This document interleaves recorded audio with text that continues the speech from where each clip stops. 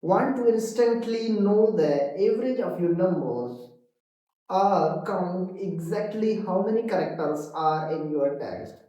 Excel can do it in a flash. No more guessing for numbers. So in this video, we are going to find out the average function and a len function in the Excel.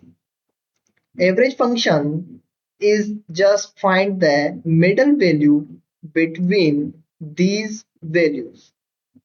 So how we can do this? Equal to AVERAGE tab and then select the range of cells. Hit the enter button and this will give you the average of these cells. If you want to find out average for these cells, you just have to drag the first average. This will give you the next average or average for keyboard and average for LCD.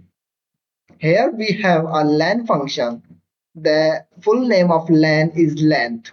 Len function or length function, it will count the characters in a specific or in a particular cell. How we can do this? Equal to len tab, then select the cell and hit the enter button. Here it counted that there is a 7 characters available in this cell. If you also want to calculate or count the characters in the rest of the cell, then you have to double left click.